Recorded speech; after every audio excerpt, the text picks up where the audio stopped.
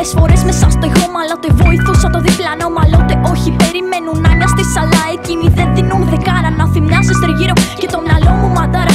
Άνθρωπε αγάπα συνήθισα να μου φέρονται σκάρτα. Τις περισσότερες φορές έκανα το μαλάκα, αλλά κάπου κουράστηκα, κατέρευσα. Μετά νιώσα για τις στιγμές που δεν έζησα. Τα πολλά λόγια είναι φτώχεια, στις πράξεις όλοι βρίσκουνε τα ζόρια. Φίλοι σου καλοί αποδείχθηκαν λαμόγια. Έλεγες θα σε εδώ και τώρα είμαστε χώρια.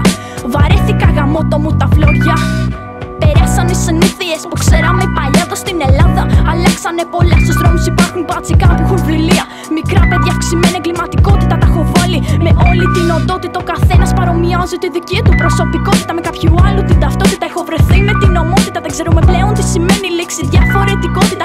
Κουράστηκε η απλότητα, έχεις αποκτήσει λάθος πρότυπα. Γαμώ και τα λογότυπα, εδώ είναι hip hop που είναι η αδελφότητα. Μιλάν και ρουφιάνοι για συναδελφικότητα. Οι συγγνώμες δεν κλείνουν τις πληγές, γιατί συνήθως έρχονται τα πια δεν τις θες. Yeah, alone in the planet cold earth, had to hide my secrets and I live by myself. No one knows what I in my head. Sometimes I feel like an elephant with staying in grist quiet to look.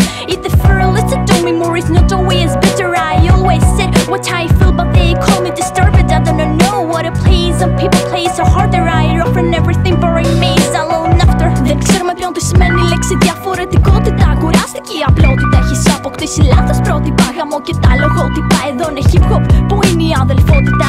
Δεν ξέρουμε πλέον τι σημαίνει η λέξη διαφορετικότητα. Κουράστηκε η απλότητα, έχεις αποκτήσει λάθος πρότυπα. Γαμώ και τα λογότυπα, εδώ είναι hip hop